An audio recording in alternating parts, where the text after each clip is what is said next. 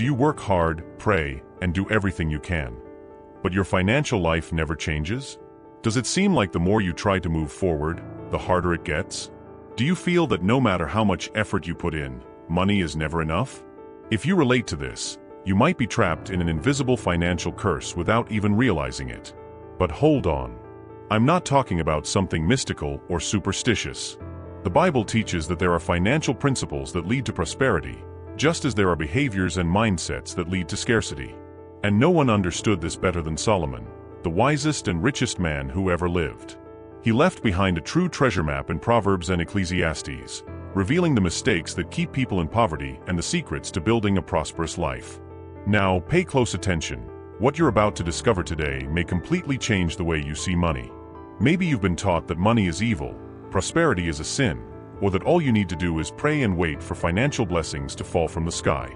But Solomon teaches us something very different. The Bible is clear: prosperity is not luck, it's a consequence. Those who follow the right principles thrive, and those who ignore them fail. And that's exactly what we're going to talk about today. Throughout this journey, you will discover the 5 financial blockages that are preventing your prosperity, according to Solomon. And the worst part? You might be trapped in one of them right now. The first one is the fatal mistake of spending everything you earn, a habit so common, yet according to Solomon, it can keep you stuck in financial struggle forever. Imagine a man who earns a good salary, works hard, but never has money left at the end of the month. His paycheck hits his account and vanishes like magic. Every time he tries to save, an unexpected expense appears, a new desire arises, or simply the temptation to spend a little more. If this sounds familiar, know that Solomon warned about this behavior thousands of years ago. The foolish man spends all he has, but the wise one saves for the future. Proverbs 21:20. The first major blockage to prosperity is living without financial control. Those who spend everything they earn never build wealth. After all, if the money that comes in also goes out without planning, there is no foundation for multiplication. Think about this. Even God, when creating the world, established cycles of sowing and harvesting.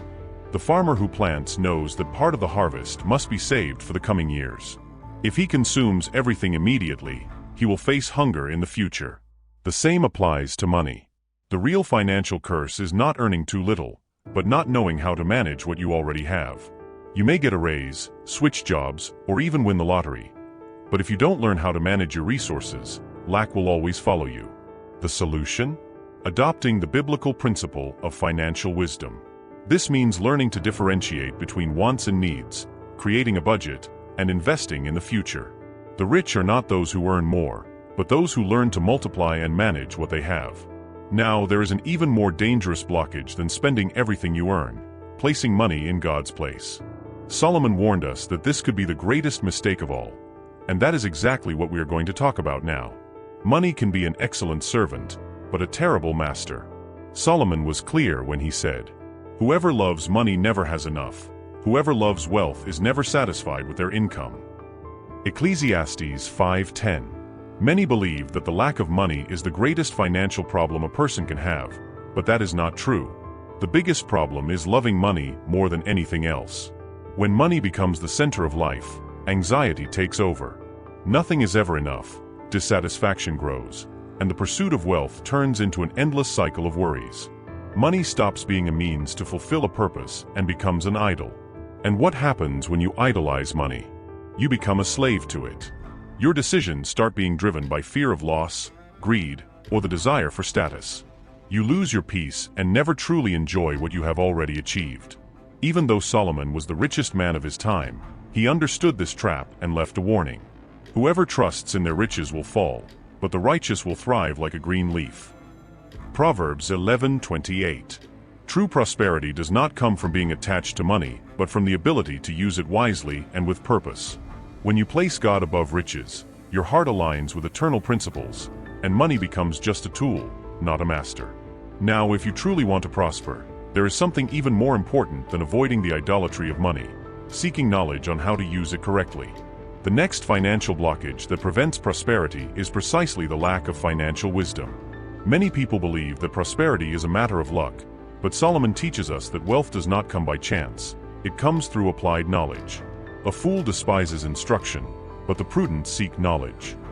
Proverbs 15:5. This is one of the most dangerous financial blockages, the lack of financial wisdom. Money may come into your life, but if you don't know how to manage it, it will leave just as quickly as it arrived. How many times have we heard stories of people who won fortunes, through inheritances, prizes, or businesses, only to lose everything just a few years later? This happens because wealth without knowledge slips away like sand through fingers. Solomon understood that wisdom is more valuable than gold. He did not ask God for riches, he asked for understanding. As a result, he became the richest man in history. But unfortunately, many people ignore this truth. They think money is just about earning more, when in reality, the key to prosperity is knowing how to multiply what you already have. If you don't seek to learn about finances, investments, and opportunities, you are trapped in a cycle of financial ignorance that keeps you from prospering. The solution? Seek knowledge and apply the right principles. Learn to invest, avoid unnecessary debt, and develop skills that increase your sources of income. But there is something even more dangerous than ignorance: laziness and procrastination. Solomon was direct about this problem, and if you don't overcome it, your financial life will never change. Many people dream of prosperity, but few are willing to pay the price necessary to achieve it. The problem is not just a lack of money or knowledge, it's a lack of action. Solomon was straightforward about this. Lazy hands make a man poor, but diligent hands bring wealth. Proverbs 10:4. Laziness is not just about refusing to work. It manifests in procrastination, lack of initiative, and complacency in the face of challenges. How many opportunities have passed you by because you postponed important decisions? Financial procrastination is one of the biggest obstacles to prosperity. You know you need to organize your finances, invest in your future, learn new skills, but you always put it off. And that later never comes. Meanwhile, time passes, and opportunities are lost. Go to the ant, you sluggard. Consider its ways and be wise. It has no commander, no overseer or ruler, yet it stores its provisions in summer and gathers its food at harvest. Proverbs 6:6. Nature teaches us that prosperity comes to those who plan and take action. The ant doesn't wait for someone to tell it to work. It knows it must act today to secure its future. If you want to change your financial reality, you must break free from laziness and act now. Start small, but start. And this leads us to an even more powerful principle: generosity as a key to prosperity. Solomon teaches us that those who hold on to everything for themselves end up losing, while those who give multiply their blessings. Many people believe that in order to prosper, they must hold tightly to everything they have, accumulating as much as possible. But Solomon teaches the exact opposite. A generous person will prosper. Whoever refreshes others will be refreshed. Proverbs 11:25. True prosperity is not just about how much you earn, but how you use what you have. People who live in fear of lack end up blocking their own blessings.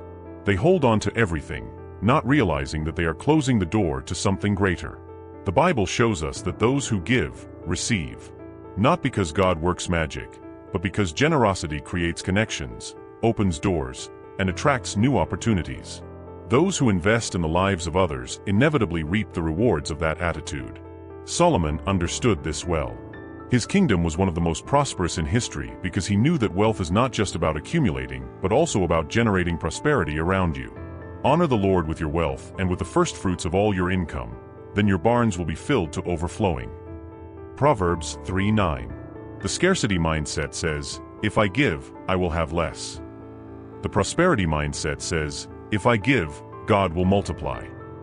This does not mean giving money recklessly.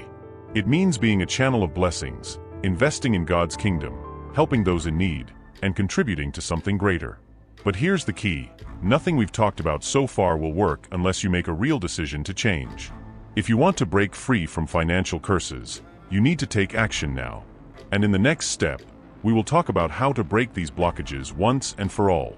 Now that you know the 5 financial blockages that prevent prosperity, the most important question arises: how do you break these chains and change your financial life forever? Solomon taught us that prosperity is not an event, but the result of the right choices and habits. If you want to leave the cycle of scarcity and step into abundance, you must take action today. Here's a step-by-step guide based on biblical wisdom. 1. Stop spending everything you earn. Create a budget, track your finances, and live below your means. Save and invest to build financial stability. 2. Put God above money. Money is a tool, not a god. Do not trust it more than you trust God. Focus on a greater purpose beyond just accumulating wealth. 3. Seek financial wisdom. Read Proverbs and learn about financial management, investments, and business. Don't rely solely on a salary. Develop multiple sources of income. 4. Take action. Stop procrastinating. Make strategic financial decisions now, without waiting for the perfect moment. Work with diligence. Don't just wait for a miracle without taking action. 5. Be generous. Give wisely. Be a channel of blessings, not a selfish hoarder. Generosity opens doors and multiplies resources. Change begins now, with the decisions you make. Don't wait for the perfect situation. Start small, but start. And now, I have a special invitation for you. Take the first step today.